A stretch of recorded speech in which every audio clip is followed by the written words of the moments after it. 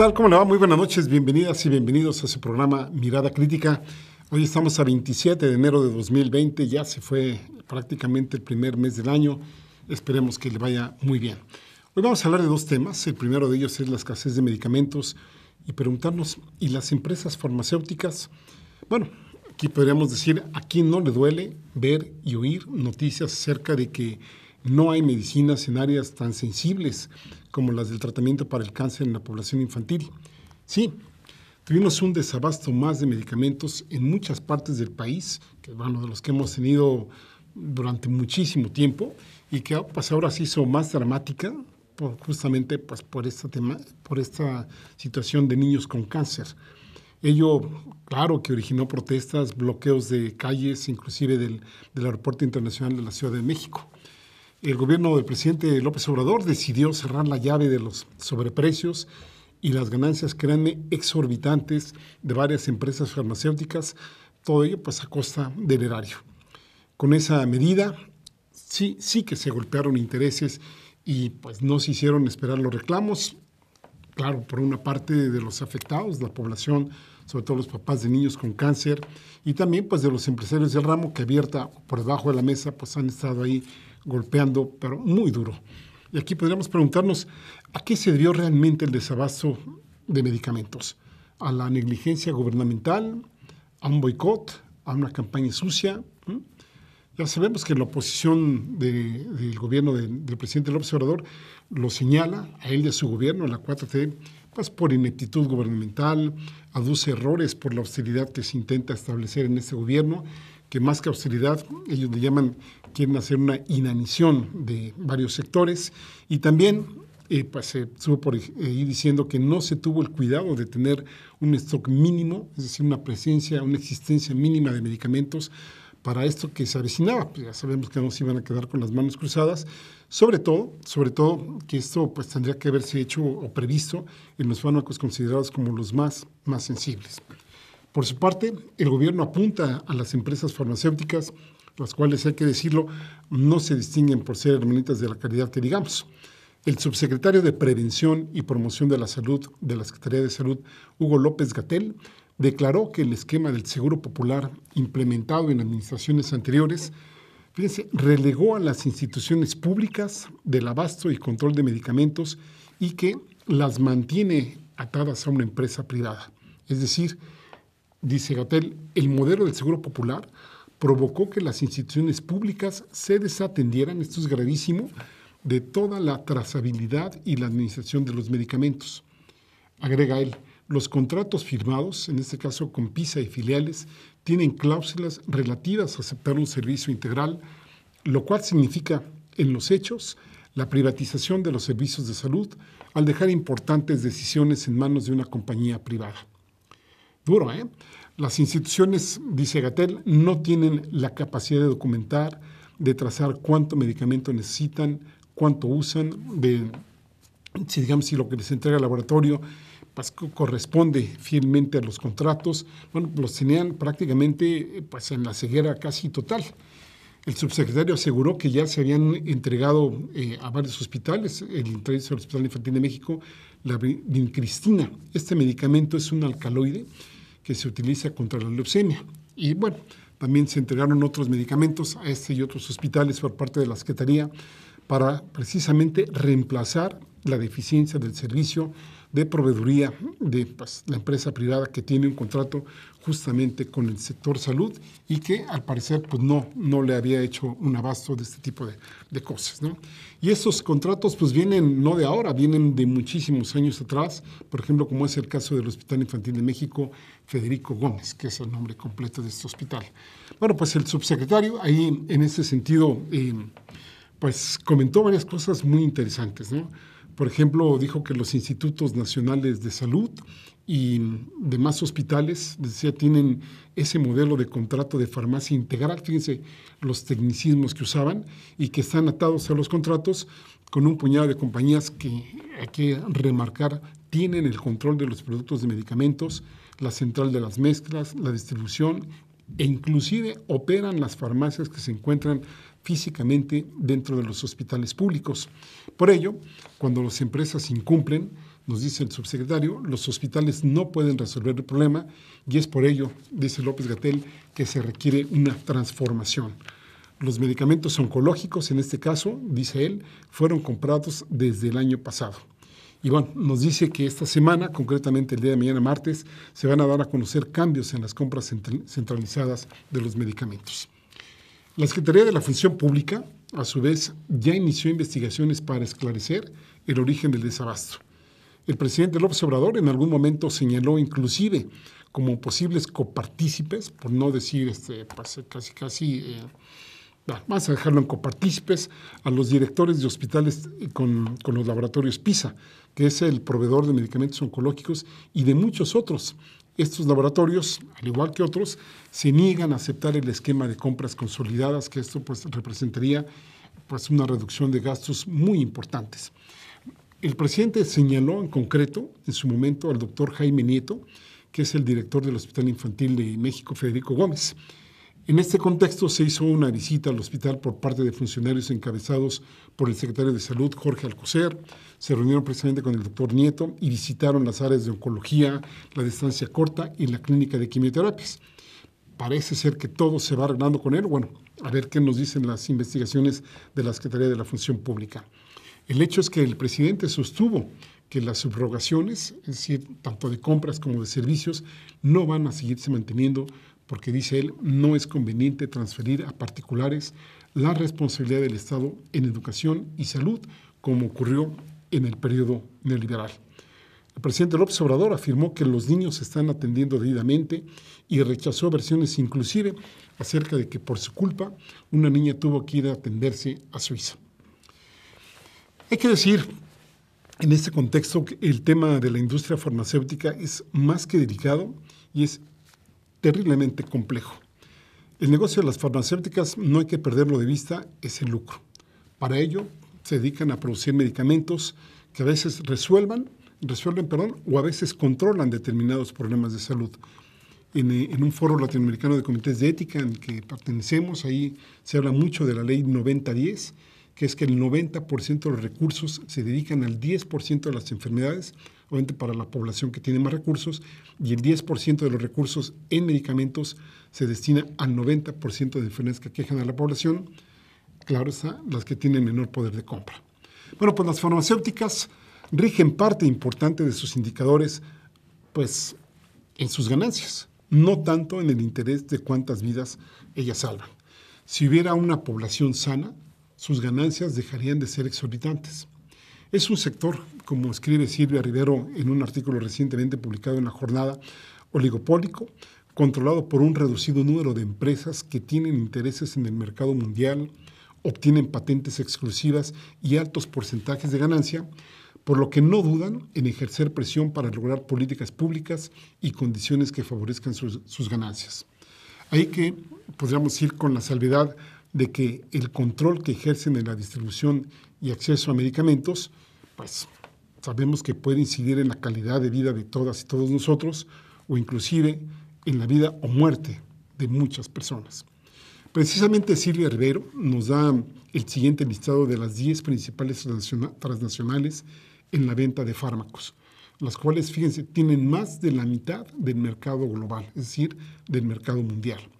Aquí podríamos citar a Pfizer, Novartis, Roche, Johnson & Johnson, Merck & Company, Symphony, GlaxoSmithKline, Abbvie, Gilead Sciences y Teva Pharmaceuticals.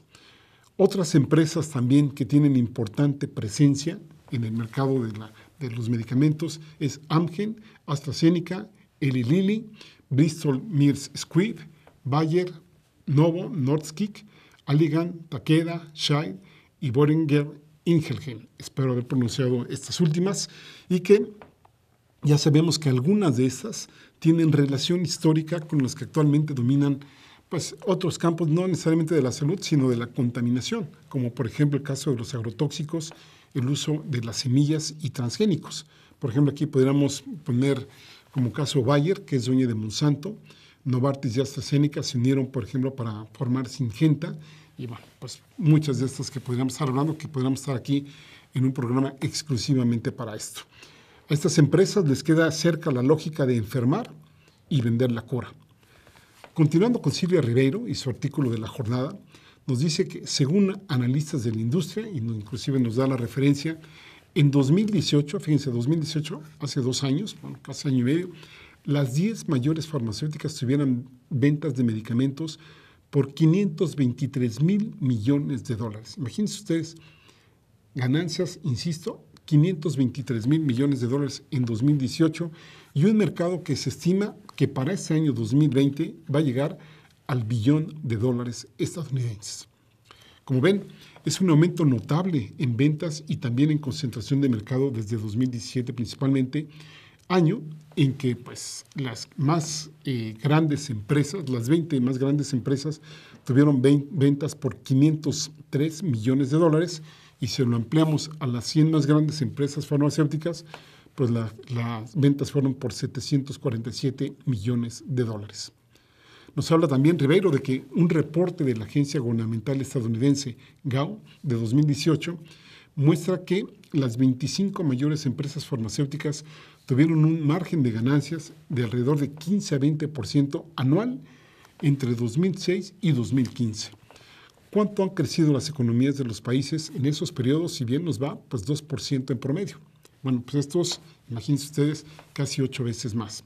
Entonces, estas empresas se han colocado entre los rubros industriales con mayores porcentajes, con lo que en términos económicos se denomina los porcentajes de retorno, es decir, pues bien, vuelven sus capitales y ellos saben en qué los invierten. No obstante, casi todas estas empresas han llegado a porcentajes de ganancia muchos mayores por momentos. Esto debido al control, insistimos, monopólico de medicamentos y vacunas en la gran demanda por epidemias o la crisis de salud. La industria farmacéutica transnacional ha sido también clave para imponer las leyes de propiedad intelectual y extender cada vez más la validez de sus patentes a nivel global. ¿Qué quiero decir con esto? Que si una empresa descubre tal fármaco o tal sustancia, no la puede usar nadie a menos que se le estén pagando, ¿sí? Ese es, digamos, lo que sería la patente. Estas empresas que patentan fármacos son las que están precisamente detrás de su inclusión en la Organización Mundial del Comercio, en el Tratado de Libre Comercio y otros tratados comerciales. Vamos a ver ahora en el Temecán cómo nos va en la industria farmacéutica. Estas industrias, junto con la biotecnológica, de semillas e informática, pelean en todos esos ámbitos para prolongar los años de vigencia de sus patentes y marcas de sus productos e impedir que se pueda acceder a ellos sin pagarles. Fíjense, las farmacéuticas argumentan que pues, ellos necesitan tener patentes en los medicamentos para poder recuperar sus gastos en innovación y desarrollo. Por el contrario, varios reportes de análisis de sus supuestas innovaciones muestran que la gran mayoría de los nuevos fármacos lanzados al mercado por estas empresas podríamos dividirlos en dos grupos, ¿no?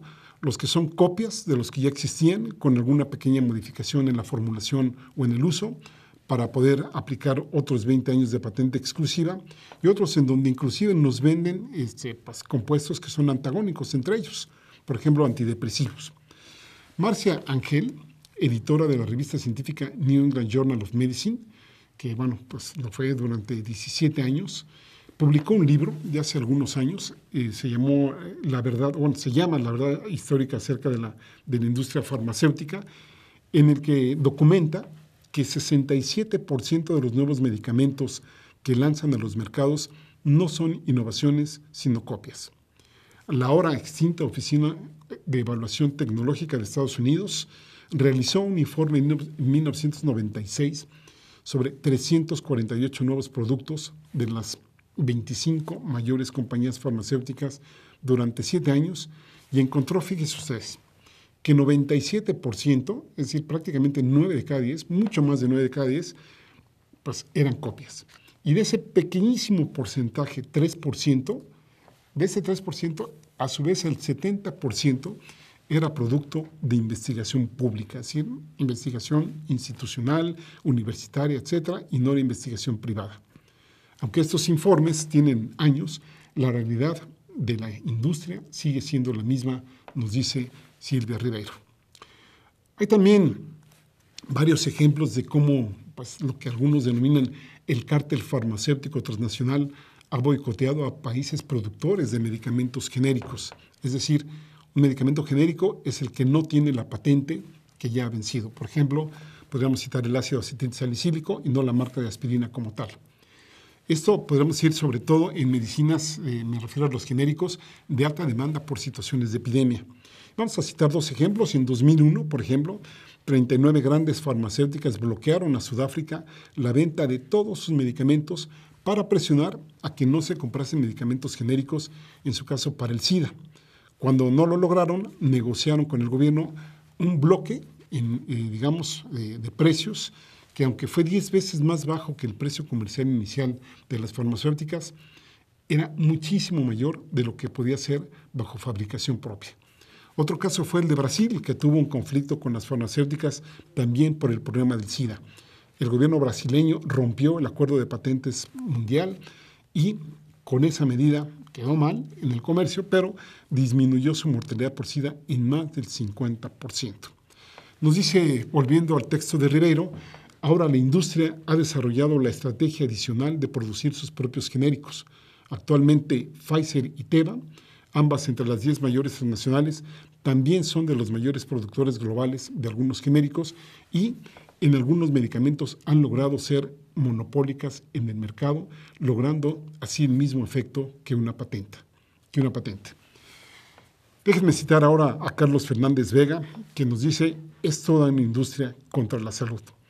Este columnista también de La Jornada nos da una cápsula de memoria y nos recuerda que en el año 2006 la Comisión Federal de Competencia sancionó a farmacéuticas y personas por acuerdos ilegales para repartirse las licitaciones del Instituto Mexicano del Seguro Social para adquirir medicamentos, particularmente insulinas y sueros.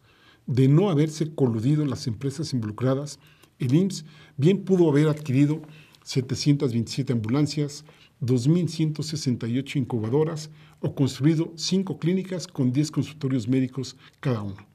Las pruebas señalan a PISA, la que está ahora en boga por sus fármacos contra el cáncer, Eli Lilly, Criofarma, Proviamed, Fresenius y Baxter como responsables de esta situación que se dio en 2006. También se emplazó como probables responsables a funcionarios de dichas empresas por su participación en el cártel. Y nos dice Fernández Vega, desafortunadamente, 14 años después, siguen en las mismas.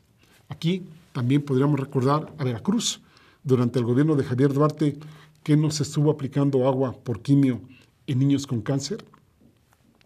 ¿Qué diríamos ya para terminar este bloque? Que el desabasto de medicamentos viene de mucho tiempo atrás. Siempre nos ha afectado en algunos padecimientos más que en otros. A veces, por ejemplo, la tuberculosis, de los cuales me ha tocado participar, estar ahí viendo, VIH, etc. Si bien no se puede negar la posibilidad de fallas en el proceso de abasto de medicamentos por parte de los responsables de hacerlos llegar a los servicios de salud, y haber ahí también personas en los propios servicios de salud que tratan de beneficiarse de esta situación, lo que resulta más que evidente ha sido el sabotaje de algunos laboratorios para tratar de imponer sus condiciones a este gobierno. De ahí las compras en el exterior, que no les resultó del todo, porque la vincristina solo es producida por 2 laboratorios en todo el mundo. También, como apuntaría un editorial de La Jornada, y ya con esto termino, la escasez podría verse agravada por el desvío de medicinas dentro de los propios centros de salud, práctica arraigada que al parecer no ha logrado erradicarse del todo. Sin embargo, resulta inocultable que la carencia de fármacos en las instituciones públicas de salud ha sido magnificada por algunos medios de comunicación repentinamente obstinados en presentar como crisis de grandes proporciones un asunto localizado y que en el pasado reciente no era motivo de interés informativo. ¿Usted qué opina al respecto? Hace una pausa y regresamos con otro tema, los niños soldado. Ahora volvemos. Chilapa Guerrero, los niños soldado.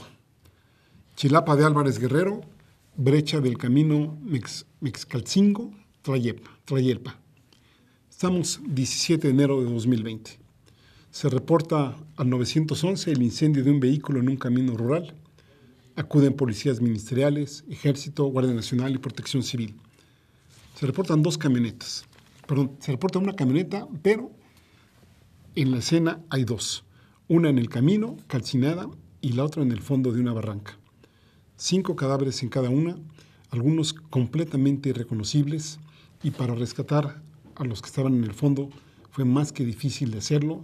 Casi un día lograron rescatarlos. Vecinos del lugar reportan que previamente se escucharon disparos. David Sánchez Luna, representante de la Coordinadora Regional de Autoridades Comunitarias Pueblos Fundadores, la CRAC PF, que es para algunos una organización vinculada a los rojos. Por ejemplo, según el columnista Héctor de Mauleón, está vinculada a esta organización, informa que los asesinados son 10 músicos indígenas del poblado de Alcozacán. Estos músicos regresaban a su comunidad después de haber tocado en una fiesta de Tlayelpa. Parece ser, nos dice esta persona, que sicarios de los Ardillos debieron de haberlos interceptado cerca de Mexcalcingo. De estos 10 ejecutados quedan 8 viudas y 23 huérfanos. Nos vamos atrás a noviembre de 2017. 8 personas son encontradas quemadas y desmembradas a orillas del río Ajolotero. A fines de ese año aparecen también en la zona 2 cuerpos calcinados en bolsas de plástico. Una semana después, 7 artesanos de Veracruz que fueron a Chilapa a vender sillas de madera desaparecen el 25 de enero, y el 25 de enero pues, son encontrados en 15 bolsas de plástico, y en una escena más que macabra, sus familiares solo pueden reconocerlos a través de las cabezas que estaban separadas de los cuerpos. La zona es disputada por los Ardillos y los Rojos, entre otros grupos. Solo en 2017 en Chilapa hubo 200 ejecuciones y casi todas estas personas fueron calcinadas. Regresando al columnista Héctor de Mauleón, que escribe en El Universal, la violencia infernal se desató en esa zona después de la muerte de Arturo Beltrán Leiva, quien controlaba el corredor México-Acapulco. A principios del año 2000, los Ardillos y los Rojos, que formaban parte del cártel, entraron en pugna por el control de la siembra de la amapola, compraron políticos y autoridades, sobornaron policías y elementos pues prácticamente de toda clase, supongo que se refiere a ejército, marina, etcétera, financiaron y armaron a policías comunitarias también. Aquí escribe él que los Ardillos están vinculados con el Grupo Paz y Justicia. Entonces nos dice que estos grupos se infiltraron en todo tipo de organizaciones sociales. La pugna de estos dos grupos, Rojos y Ardillos, ha originado que la tasa de homicidios en esa región sea de 136 por 100,000 habitantes. En todo México estamos más o menos alrededor de los 26 o 28 por 100,000. En Honduras, de donde nos están llegando muchos migrantes, andan alrededor de 98 o 100 por 100,000. En esta zona, 136 por 100,000. ¿Cómo vivir así? Miedo, desplazamientos de personas, solamente que dejan todo ahí. Y bueno, ahora nos enteramos por unas imágenes que niños están siendo armados, están haciendo ejercicios militares, nos llegan algunos videos de ello y pues nos resulta, yo creo que usted coincide conmigo, pues dramáticas estas escenas y pues sin duda nos impone que habría que redoblar exponencialmente los esfuerzos para que esto no suceda ni en México ni en ninguna parte del mundo. Muy complejo explicar que no necesariamente significa justificar una situación como la que se está viviendo, en este caso, en Chilapa, Guerrero. En esta zona, por ejemplo, sostiene el periodista francés, exdirector de Le Monde Diplomatique, Jean-François Boyer, que está en guerra permanente por el control de los territorios para la siembra de la amapola y el control de las rutas. Y él sostiene que hace falta una mayor presencia de la Guardia Nacional, ya que ahí hay una base, me refiero en esta zona de Guerrero, desde Chilpancingo, en la que más o menos se tiene presencia de 400 o 600 elementos que son insuficientes para aumentar el nivel de patrullajes o retenes y de esta forma disuadir las actividades del crimen organizado. Boyer sostiene que para la población de las zonas rurales, sobre todo para los grupos indígenas de la sierra, la vida transcurre en un constante fuego cruzado de grupos criminales y de autodefensas aliados que luchan contra las policías comunitarias y la Guardia Nacional. Para Boyer, las policías comunitarias las distingue, por un lado, a las policías comunitarias de otras organizaciones.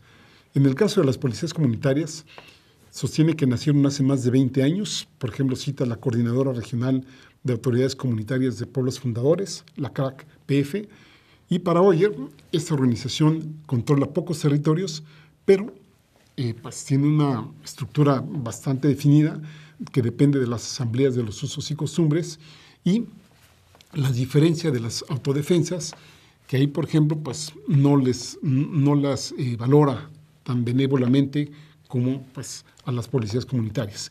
En el caso de las autodefensas dice que son grupos que surgieron en años recientes y que no tienen nada que ver con las asambleas locales. Dice, son grupos que deciden armarse y que trabajan para el grupo criminal predominante en su zona. Varios grupos utilizan este nombre para operar a favor de grupos delincuenciales para ejecutar sus operativos de represión y dominio territorial, ya que las policías locales no están en condiciones de impedirlo. Y va más allá, oye, dice, hay autodefensas que argumentan que llevan años peleando contra la familia michoacana, pero le hacen el juego a Guerreros Unidos. Hay que recordar que en Guerrero, en este estado, en este pues, hermosísimo estado, pero tan lastimado estado, existen varios grupos delincuenciales. Está Guerreros Unidos, Los Rojos, Los Ardillos, el Cártel del Sur, el Cártel Jalisco Nueva Generación y la familia michoacana. En Chilapa, las comunidades indígenas se encuentran totalmente perdidas entre dos fuerzas y una policía cómplice, dice Boyer. La Coordinadora Regional de Autoridades Comunitarias, Pueblos Fundadores, pues, les decía hace rato, enlistó a 19 niños, pues algunas crónicas hablan de 6 o de 8 años como un inicio y otros de 14 a 15 años. Podríamos poner el intervalo de 6 a 15 años. Vaya, sean 6 o sean 8 años, me parece igual de terrible. Y los enlistaron como policías comunitarios de Chilapa, en Guerrero. Y ya los están entrenando en el uso de armas de fuego para enfrentar a los ardillos y como un mecanismo de presión al gobierno del presidente López Obrador para que se detenga a Celso Ortega Jiménez, señalado como líder de los ardillos y hermano del diputado local del PRD, Bernardo Ortega. La mayoría de estos niños son huérfanos por la violencia, me refiero a los 19 niños. Pero fíjense, esta es la segunda ocasión que la CRAC-PF presenta niños armados como milicianos. Esto ya había sucedido en mayo de 2019, en donde también difundieron videos en el que aparecieron niños del poblado indígena Rincón Chautla, donde también estaban armados y realizando ejercicios militares. Ahí pues, hicieron videos, fotografías, etcétera, y ellos informaron que esos niños eran sobrevivientes, a su vez, de una masacre que ocurrió el 27 de enero de 2019, en la que ellos reportaron al menos 12 muertos y 4 heridos, producto de una irrupción armada de los ardillos a las comunidades de Soyapexco y Rincón de Chautla. Y ahí sostenían que por cada comunitario que matasen, iban a matar a 10 sicarios. Y esto en voz de los niños de ese entonces. ¿Qué dijo el gobernador de allá del PRI, de Guerrero, Astudillo, ahora de estos recientes acontecimientos de los niños? Pues él dijo que pues, la participación de niños y adolescentes no debe ser alentada bajo ninguna circunstancia en los grupos de policía comunitaria y se comprometió a garantizar los derechos de los menores de esta zona indígena Nahua, la cual, pues ya sabemos, ¿no? ¿Para qué decir la descripción de altísima marginación y pues, exacerbados niveles de pobreza? Nulos o pocos servicios educativos, pocos servicios de salud, cero oportunidades de desarrollo. Y bueno, las cosas no han cambiado en esta zona de Guerrero. A su vez, los líderes de la CRAC-PF afirman que el gobierno de Héctor Astudillo, que es priista, y que también las autoridades municipales y castrenses, aquí nos imaginamos que se refieren al ejército, protegen a los ardillos. Mencionaron que desde agosto de 2019 se entregó un pliego petitorio al gobierno federal para la creación de un nuevo municipio y recursos para operar la Guardia Comunitaria. Alfonso Durazo, el secretario de Seguridad y Protección Ciudadana a nivel federal, señaló que la federación se refiere al gobierno nacional, revisará el funcionamiento de las policías comunitarias en Guerrero. Dijo Durazo que no todas tienen un origen ni un propósito legítimos. Y dijo él, tenemos la obligación de revisar el funcionamiento de estas organizaciones y respetar aquellas que son un producto nato de usos y costumbres. También dijo que es lamentable que adultos irresponsables armen a jóvenes que no tienen, en el mejor de los casos, ninguna posibilidad de defenderse adecuadamente. Y aquí le podríamos nosotros decir, bueno, y en el peor de los casos, ¿no? Dijo que en el mejor de los casos, bueno, y en el peor. Y también la pregunta, ¿qué se les puede ofrecer a estas poblaciones, tanto a sus niños como a sus adultos? Déjenme terminar diciendo pues, algunas consideraciones que lanza la UNICEF, se dieron a conocer en diversos medios, donde también esta organización dedicada a la defensa de los niños, que depende de la ONU, donde rechaza absolutamente el reclutamiento de niños y adolescentes en grupos armados, sin importar de qué organización sea. Y lo rechaza pues, por los efectos nocivos en el desarrollo y en sus derechos que tienen los niños. Fíjense, se pueden ver afectados la integridad personal, se vulnera el derecho a la supervivencia y el desarrollo, a su protección, a su salud, educación y recreación, a sus expectativas y proyectos de vida, tienen riesgos de sufrir lesiones físicas, psicoemocionales y también de morir. Y, bueno, inclusive pueden perder su infancia, son obligados a presenciar o cometer actos que atentan contra la integridad física y la vida de otras personas, y concluyen que la infancia debe ser protegida contra esta práctica inaceptable, en el caso de México, por el gobierno federal, por el gobierno estatal y los gobiernos municipales. Aquí yo nada más las y los invitaría, pues se me vienen a la mente dos películas, aquella de Voces Inocentes de Luis Mandoki sobre la guerra en El Salvador y de Amantes de Sangre, que se da en el contexto de la guerra de Sierra Leona en los años 90, para que nos demos una idea y no solo pues, estamos ahí viendo fotos o videos de lo que esto puede representar, y ojalá nos sensibilicemos más y nos ocupemos más de este tema como sociedad. ¿No le parece? Vamos a hacer una pausa y continuamos aquí en Mirada Crítica. Vamos a pedir a la producción que nos pase los cartones de la semana. Tenemos varios muy buenos, como siempre. Insistimos, somos un país privilegiado de los caricaturistas, cartonistas, moneros, o el término que mejor les agrade a ellos y a ellas, porque, bueno, pues, qué mejor desearía uno que se sintieran a gusto y que nos siguieran aportando en sus reflexiones. Este primero es el de ayer. Vamos a tomar el tema de los medicamentos con los 4 primeros cartones, fue lo que abordamos el día de hoy. Y aquí está, pues dice los proveedores de la industria farmacéutica, esto es lo único que tenemos. Privatizalin, ¿no? Monopolidón, es hablando de los monopolios, Corruptasol y Transax. Pues esperemos que la oferta se amplíe y que estos medicamentos pues los echen al cesto de basura. Hernández lo dibuja de esta manera, el monero José Hernández. Si nos pasan la siguiente, ahí está pues su tradicional porquito, ¿no? Que ya le sale muy bien, una bolsa de dinero muy grande, y aquí dice, a mí me están dejando sin mi medicina. Es decir, el dinero, mucho dinero que transita por aquí, que circula por aquí. El tercer cartón es de Monsi, ¿no? Aquí está pues una sociedad enferma, un empresario, representaría a la industria farmacéutica, que dice, yo también estoy enfermo, y arriba tiene su botiquín en una mano que dice especulación. Ojo, esta es una palabra súper importante, especulación con medicinas, y abajo pues nosotras como población, pues ahí pidiendo los medicamentos, pidiendo la escasez, que no en todos lados se está dando esto, hay que insistirlo, ¿no? Siguiente cartón es de Baldo. Fíjense cómo dibuja la industria farmacéutica, pues peleando con el presidente. Ahí está pues, el de la industria farmacéutica con sus billetitos en su bolsa. Y pues dentro de este pleito, pues ahí está un papá con su hijo, que pues finalmente en este tipo de pleitos sí que han salido afectados, y esperemos que esto se contenga, se corrija lo más pronto posible. Siguiente cartón es de Chelo, que bueno, pues ahí fíjense cómo Chelo pinta que no se ha parado la violencia en el país, pues ahí siguen y siguen desafortunadamente los asesinatos, que pues ya pasó más de un año. Esperemos que a fines de este año ya los índices de criminalidad y de homicidios hayan disminuido y que cada vez sean menos y menos, pero pues ahí las exigencias siguen ahí estando presentes, y esto lo atamos precisamente al siguiente cartón, pues que es lo que estuvimos viendo pues ahora con lo de Chilapa, y donde pues algunas organizaciones pues ponen ahí a los niños ahí a armarse, y esperemos que esto no suceda y que pues nuestro gobierno sea más efectivo para calmar, para disminuir los índices de mortalidad que tenemos en el país.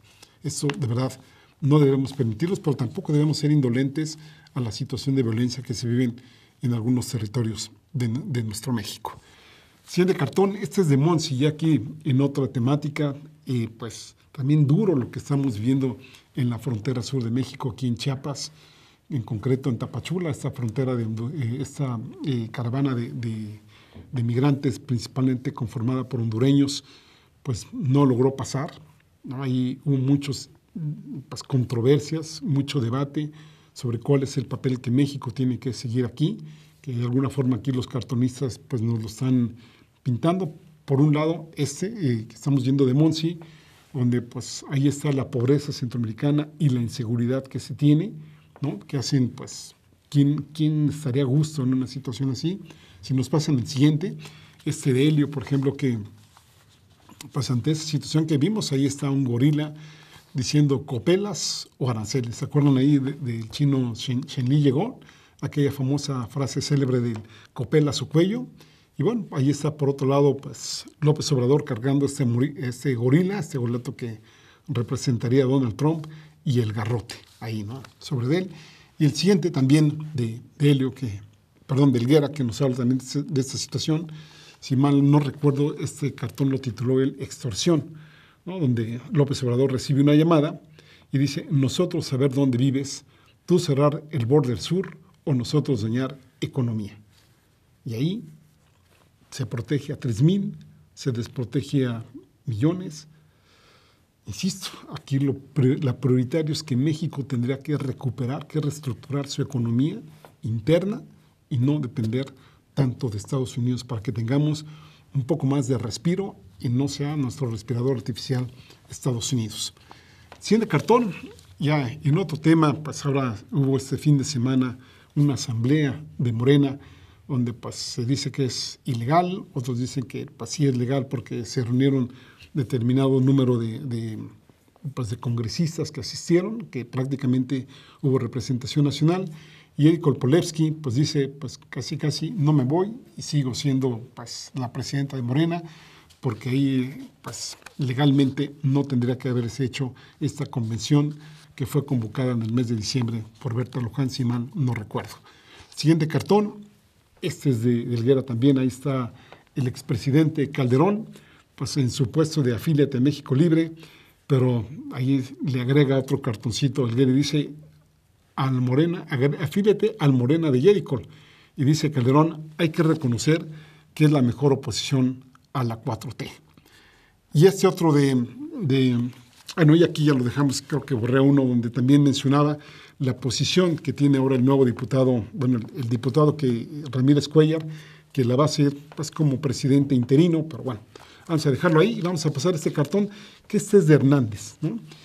La presidenta interina, autonombrada presidenta interina, que en algún momento dijo que para nada iba a postularse ella para la presidencia de Bolivia, pues ¿qué creen? Que sí se está postulando, ¿no? Y trajimos a colación este cartón de Hernández, donde pues se acuerdan ustedes las represiones que hubo en Bolivia. Aquí está Yanín Áñez, ahora sí creo que lo pronuncié bien, diciendo ya los he librado de la dictadura, y también pues ya se ha postulado para la presidencia boliviana. Pues no que era un movimiento muy limpio, que no era pues para establecerse ellos en el poder. Bueno, fíjense al cuánto tiempo ya nos mostró su verdadero rostro, que ya lo sabíamos, pero al menos ya lo hizo más claro a la luz pública. Siguiente cartón, este es de Keynes. Este nos habla pues, precisamente del coronavirus, ¿no? También ya muchos virus sobre el coronavirus, que coincide pues, con una marca de cervezas aquí en México, pero esta es una que trajimos a colación pues, por la cara, seguramente ustedes la reconocen, de Donald Trump, que también ha sido uno de los graves daños que hemos tenido aquí a nivel mundial. Y este último, que es de Moret, que por supuesto, pues lamentamos la muerte de este basquetbolista Kobe Bryant, pero que ahora nos lo han metido hasta en la sopa, ¿no? Y aquí la pregunta es, sí que hay que lamentar estas muertes, sí nos solidarizamos, pero ¿y nuestros muertos? Los más de 35,000 muertos, ¿nadie dice algo como sociedad sobre ellos? Yo creo que tendría que haber más equilibrio en la información y menos manipulación, pues de presentarnos a estos personajes de Estados Unidos que sí son muy buenos, que sí son muy genios, pero que también en México tenemos mucho sufrimiento en este tipo de cosas.